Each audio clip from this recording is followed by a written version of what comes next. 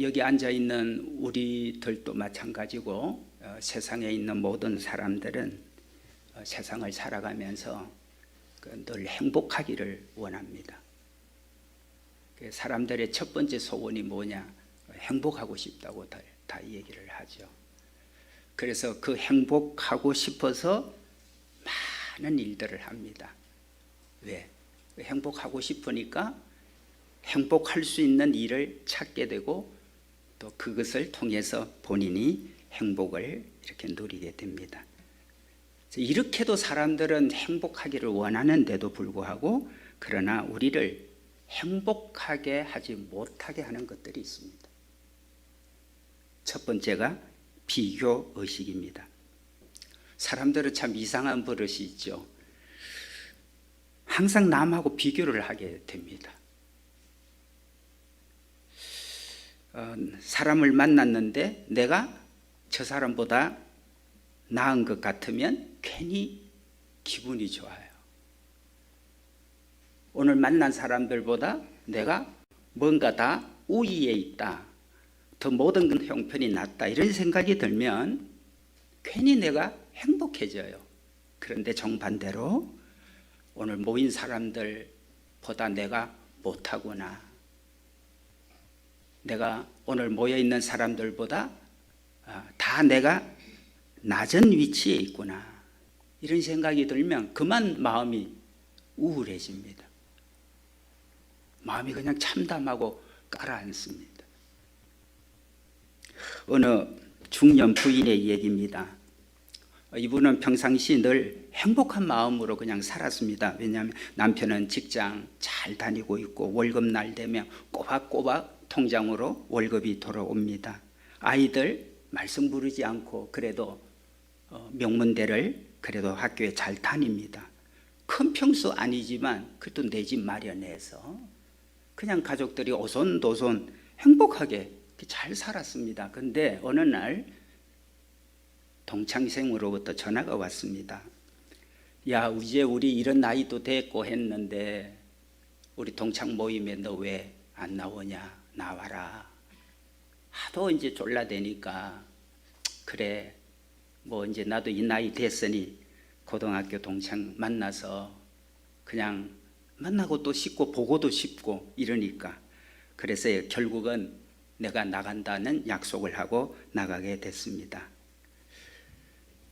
근데 모여서 보니 뭐 이제 수다를 떠는데 결국 그 수다의 모든 내용이 저마다 자랑을 늘어 놓습니다. 남편 연봉이 얼마고 아이들은 어느 명문대를 다 다니고 있고 그리고 아파트 평수를 어떻게 해서 이렇게 크게 늘려서 살게 됐고 그러면서 타고 온 차들도 삐까뻔까 합니다. 괜히 마음이 우울해졌어요. 흔한 말로 아니 학창시절에 나보다 공부도 못하고 찌질이도 못난 것들이 이렇게도 잘들 살고 있네. 그럼 난 뭐냐? 이런 생각이 들었습니다. 그러다가 왜 결론이 그렇게 갑니까? 나는 남편을 잘못 만나서 이 모양이네. 그냥 스쳐 지나가는 생각으로 끝이 나면 좋은데 오늘 그 동창생 만나서 시간을 보내고 난 이후 계속 그런 생각이 듭니다. 어느 날 저녁에 남편이 퇴근을 했는데 괜히 남편에게 이것저것 불평을 터뜨리고 투정을 부리다가 남편과 그만 대판 싸움을 하게 됐습니다. 여러분, 그렇게 오손도손 화목하게 살던 가정에 웬 이런 날벼락입니까?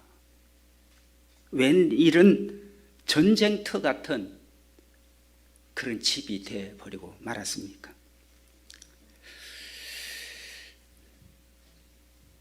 비교의식 때문이었죠. 그래서 우리는 여러분 어디를 가든지 자꾸 비교가 돼요. 여러분 궁금하시죠? 목사님은 어떠세요? 목사라고 다르겠습니까? 목사는 늘 교회 크기에 비교가 자꾸 돼요. 교회가 얼마나 크냐, 몇 명 모이냐.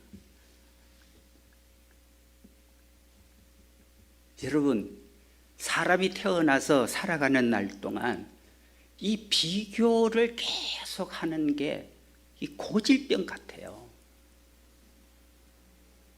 그래서 이 비교 의식에서 벗어나지 못하면 매일같이 마음이 금세 기뻤다가 금세 우울해졌다가 금세 그냥 나는 이 세상에서 제일 행복한 사람이야 한 것처럼 룰루랄라 하다가 갑자기 2시간 뒤에 마음이 깔아지는 이런 일들이 끊임없이 우리 안에 비교하는 마음이 있기 때문입니다. 여러분, 우리 예수 믿는 사람들은 가급적 세상적 모임은 그래서 안 가는 게 좋습니다. 세상적 모임에 가서 내게 덕이 되고 도움이 되고 은혜가 되어질 일은 하나도 없어요. 세상적 모임은 그저 지금 말씀드린 대로 그런 모임입니다. 괜히 갔다가 나보다 잘 사는 사람, 나보다 모든 조건이 나은 사람에 대해서 그냥 부러움만 사고 올 것 같으면 아예 가지를 마세요. 대신 아유 저걸 갖고 행복이라고 저렇게 저 얼마가 갈까? 오늘 열심히 여기에서 떠들었지만 여러분, 우리가 세상의 행복이라는 것은 언제든지 변화무쌍하잖아요. 마음이 아침 저녁으로 조속으로 변하듯이 세상 행복이란 그런 거거든요. 그러면 우리가 주님 안에서 누리고 있는 행복이 뭔가를 여러분들이 경험하고 알고 있으니까 진짜 행복이 뭔가를 여러분이 가지고 있으니 여러분이 그 얘기를 해주려고 가면 그거는 얼마든지 찾아가세요. 그래서 친구들하고 얘기하다가 우리는 해줄 말이 얼마나 많이 있어요. 그리고 그들에게 정말 전할 복음이 우리에게는 가득하잖아요.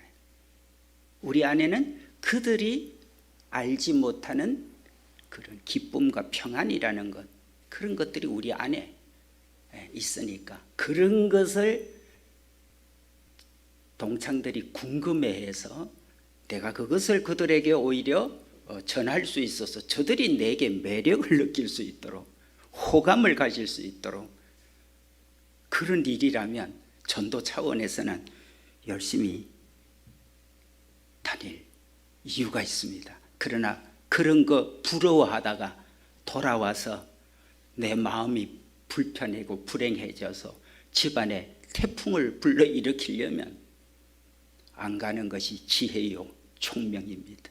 두 번째, 우리를 행복하게 하지 못하는 건 욕심이죠. 인간은 욕심이 사실 한이 없습니다.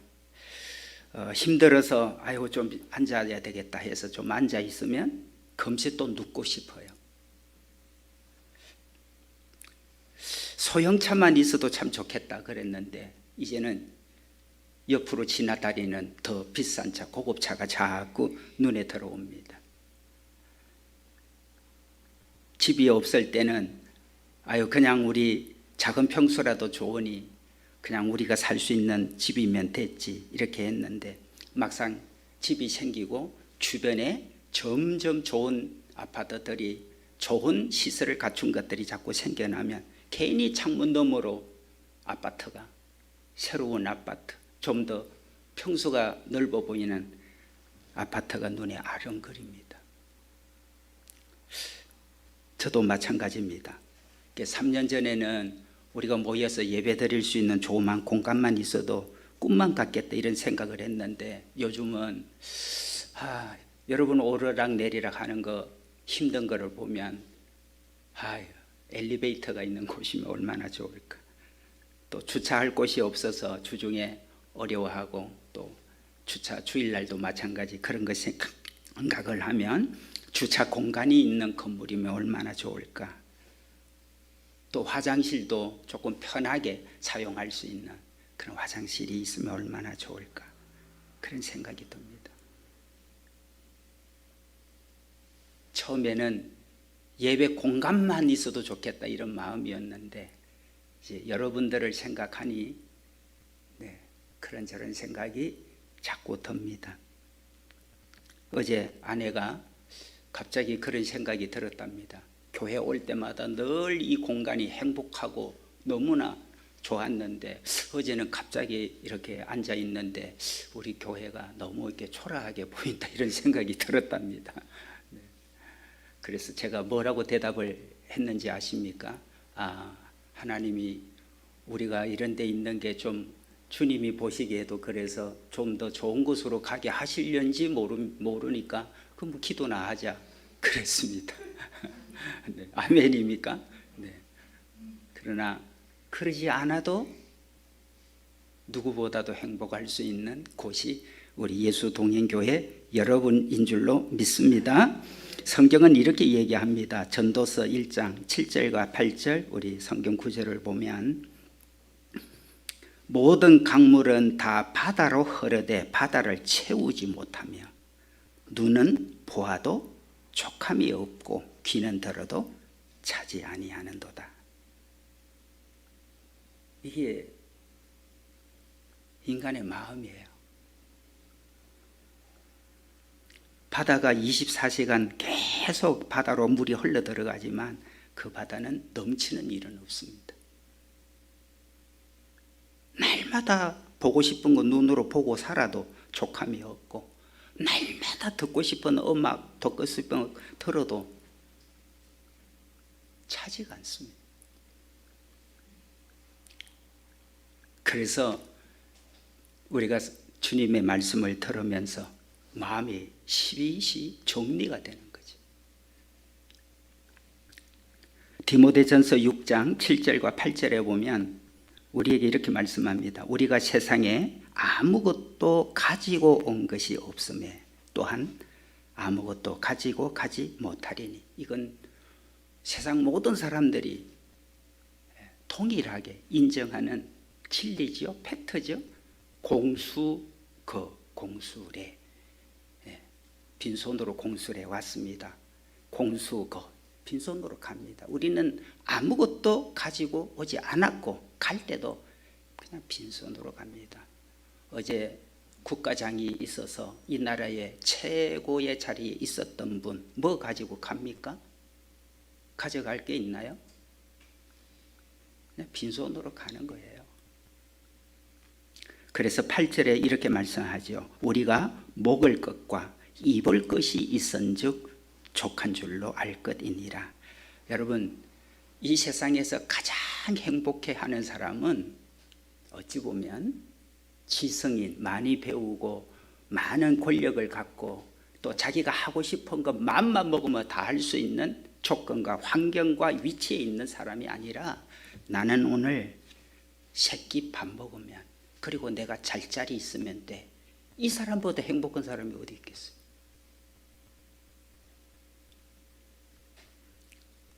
그래서 오늘 주님은 우리들에게 세상에 여러분 동창생 만나려면 이런 진리 갖고 가서 이런 엄청난 임팩트를 딱 가지고 가서 만나는 거예요. 실컷 얘기할 거 다 들으세요. 그러나 부러워하지 마시고 마음속으로 아유 어떡하나, 아유 어떡하나. 결과가 뻔하잖아요. 결론은 너무나 훤하잖아요. 우리가 세상에 아무것도 가지고 온 것이 없으며 또한 아무것도 가지고 가지 못하리니 우리가 먹을 것과 입을 것이 있어서 족한 줄로 알 것이니라. 이 행복, 오늘 주님과 함께하는 우리 모두의 행복을 여러분이 세상에 나가서 계속 전할 수 있는 은혜가 있기를 주의 이름으로 축복합니다. 세 번째, 우리를 행복하지 못하게 하는 게 고난입니다. 사람이 참 고난이 오면 행복이 어디 있습니까? 지금 삶이 너무너무 지긋지긋하고 고통스러운데 극한 고통이 왔을 때 행복이라는 단어를 어떻게 생각이나 나갔습니까?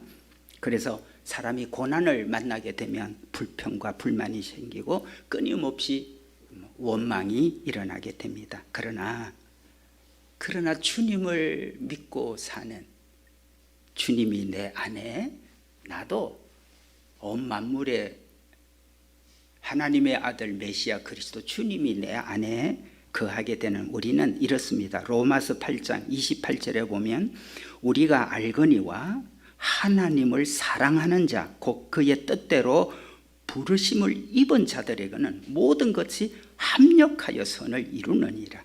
자기 아들을 아끼지 아니하시고 우리 모든 사람을 위하여 내어 주시니가 어찌 그 아들과 함께 모든 것을 우리에게 주시지 아니하겠느냐. 아멘. 하나님께서 자기의 아들도 아끼지 않고 우리에게 주신 분이 우리에게 뭘 못 주겠느냐.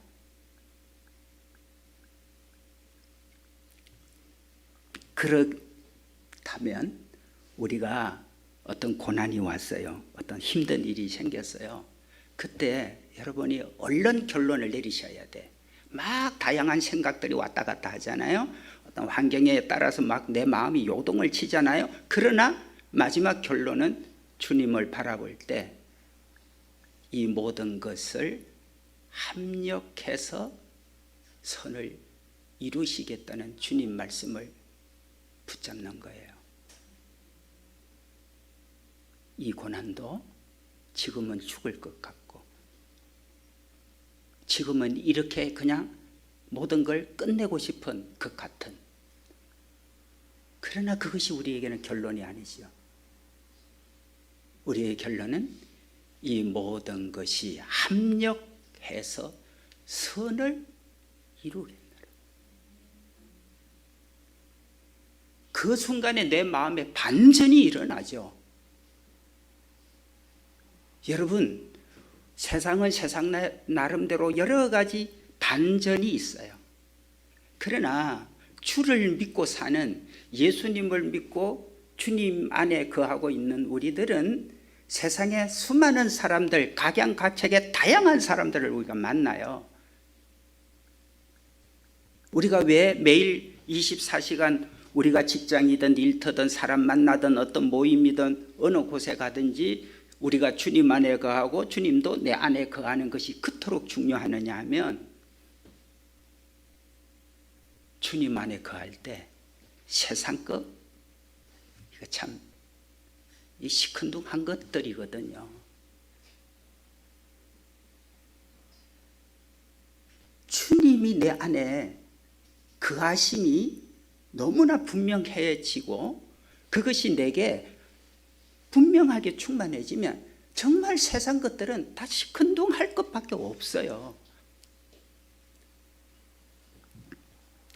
발명왕 에디슨이 그의 나이 67세 1914년도에 화재가 일어났습니다. 어디에 화재가 일어나냐 하면 자기 집도 아니고 자기 연구실이었어요. 여러분, 에디슨은 엄청난 연구를 하면서 그 자료를 연구실에 다 축적을 했는데 완전히 전소가 되어버렸어요. 한순간에 잿더미가 되어진 그 상황을 볼 때 물론 돈으로 환산을 한다면 엄청난 액수의 돈이 되겠지요. 그런데 그가 더 마음 아프고 무너진 것은 돈이 문제가 아니라 그동안 연구해 놓은 모든 자료들이 다 사라져 버렸다는 겁니다. 그런데 에디슨은 정말 하나님 앞에서 산 사람이고, 에디슨이 어떻게 발명왕이 됐는지는 여러분들에게 몇 번 설교 중에도 말씀을 드렸습니다. 에디슨이 초등학교도 못 다니고 왜 쫓겨났는지, 선생님이 얘는 더 이상 가르칠 수가 없으니까 그냥 집에서 부모님이 알아서 그냥 가르치세요 하고 쫓겨난 애가 에디슨이잖아요. 그래서 학력이 없어요. 그런데도 세계의 최고의 발명왕으로 지금 우리가 누리고 있는 수많은 오늘날 생활 도구든지 과학 도구든지 이 많은 것들이 에디슨이 거의 발명한 것을 기초로 해서 발전이 된 것들이죠. 그런데 이분이 이런 화제를 만나고 난 이후에 하나님 앞에 이렇게 기도합니다. 잿더미를 바라보면서 이게 예수 믿는 못 아닐까요? 이렇게 기도합니다. 하나님, 내 모든 연구가 다 타버렸습니다. 그러나 하나님, 저를 다시 시작할 수 있게 해주시니 감사합니다. 불이 난 것도 가치가 있을 줄로 믿습니다. 멋지잖아요? 그리고 석 달 후에 그 유명한 축음기를 발명해서 내놓게 됩니다. 그리고 우리가 누리고 있는 많은 것들을 더 좋은 그런 기능을 갖고 있는 것들로 사용을 하게 합력해서 선을 이루실 하나님. 예수 믿는다는 것은 교회 왔다 갔다 이게 아니라 우리의 삶에 어떠한 일들이 벌어진다 할지라도 어떤 고난과 환난이 있다 해도 하나님은 이 모든 것까지 합력을 해서 선을 이루실 거야. 그게 우리들의 삶입니다. 여러분의 삶입니다. 한 사람을 더 소개하면 헤럴드 러셀이라는 사람이 제2차 세계대전에 참여를 했다가 폭탄이 터지면서 두 팔이 이렇게 됐습니다. 불구가 된 그가 얼마나 낙심이 되고 좌절이 되는지 하나님 앞에 탄식을 하면서 이렇게 기도합니다. 하나님, 나는 이제 쓸모없는 사람이 됐습니다. 나는 아무것도 쓸모가 없는 두 팔이 없으니 쓸모없는 사람이 됐습니다. 그런데 그렇게 탄식을 하면서 기도를 하는데 하나님의 음성이 들렸습니다. 네가 잃은 것보다 남아있는 것이 더 많지 않느냐. 네가 잃은 것보다 남아있는 게 더 많지 않느냐. 깜짝 놀라서 러셀이 자신을 살펴보니 그렇습니다. 아직 두 눈이 있습니다. 두 귀가 있습니다. 두 발이 있습니다. 그렇구나. 내가 잃은 것보다 내게 아직 남아있는 게 이렇게 많구나. 그리고 그는 의사를 찾아가서 의수를 제작해서 만듭니다. 그리고 그 의수를 가지고 타이프 치는 연습을 열심히 합니다. 그리고 결국 그는 자신의 삶을 책으로 썼습니다. 그 책이 우리 생애의 최고의 해라고 하는, 우리 생애의 최고의 해라는 책을 썼습니다. 출판된 뒤 곧바로 베스트셀러가 됩니다. 그리고 많은 사람들에게 감동을 준 이 베스트셀러 책을 우리 생애의 최고의 해라고 하는 영화를 제작하게 됐습니다. 본인이 출연을 하기도 했죠. 그래서 아카데미 상을 받기도 하게 됩니다. 여러분, 그는 이 아카데미 상을 받고 그 상금을 자기와 같이 불우한 일을 만난 사람을 위해서 자선단체에 전액 기부를 하게 됩니다. 그는 기자회견에서 이런 얘기를 합니다. 신체적 조건이 당신을 절망하게 하지 않았습니까? 하고 기자가 물었습니다. 러셀이 대답을 합니다. 나의 장애는 도리어 가장 큰 축복이 됐습니다. 언제나 잃어버린 것을 계산할 것이 아니라 남아있는 것을 계산하고 항상 하나님께 감사하며 남은 것을 사용할 때 잃은 것의 10배를 보상받게 해주셨습니다.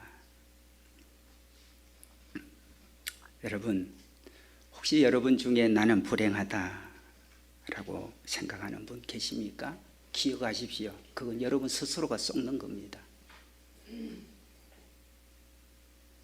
내가 하나님의 자녀고 만물의 창조주이신 주님이 나와 함께 하는 사람이라면 나는 이제 끝이야. 나는 이제 모든 것이 끝났어. 나는 정말 참 불행한 사람이야. 이건 스스로 자기에게 쏘는 겁니다.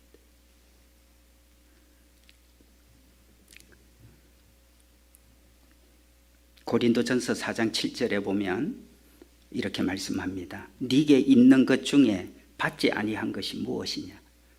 네가 받았은즉 어찌하여 받지 않은 것 아니한 것 같이 자랑하느냐? 그렇습니다, 여러분. 우리는 우리 하나님께로부터 너무나 많은 걸 받고 있습니다. 그 중에 이런 것은 몇 개 아닙니다.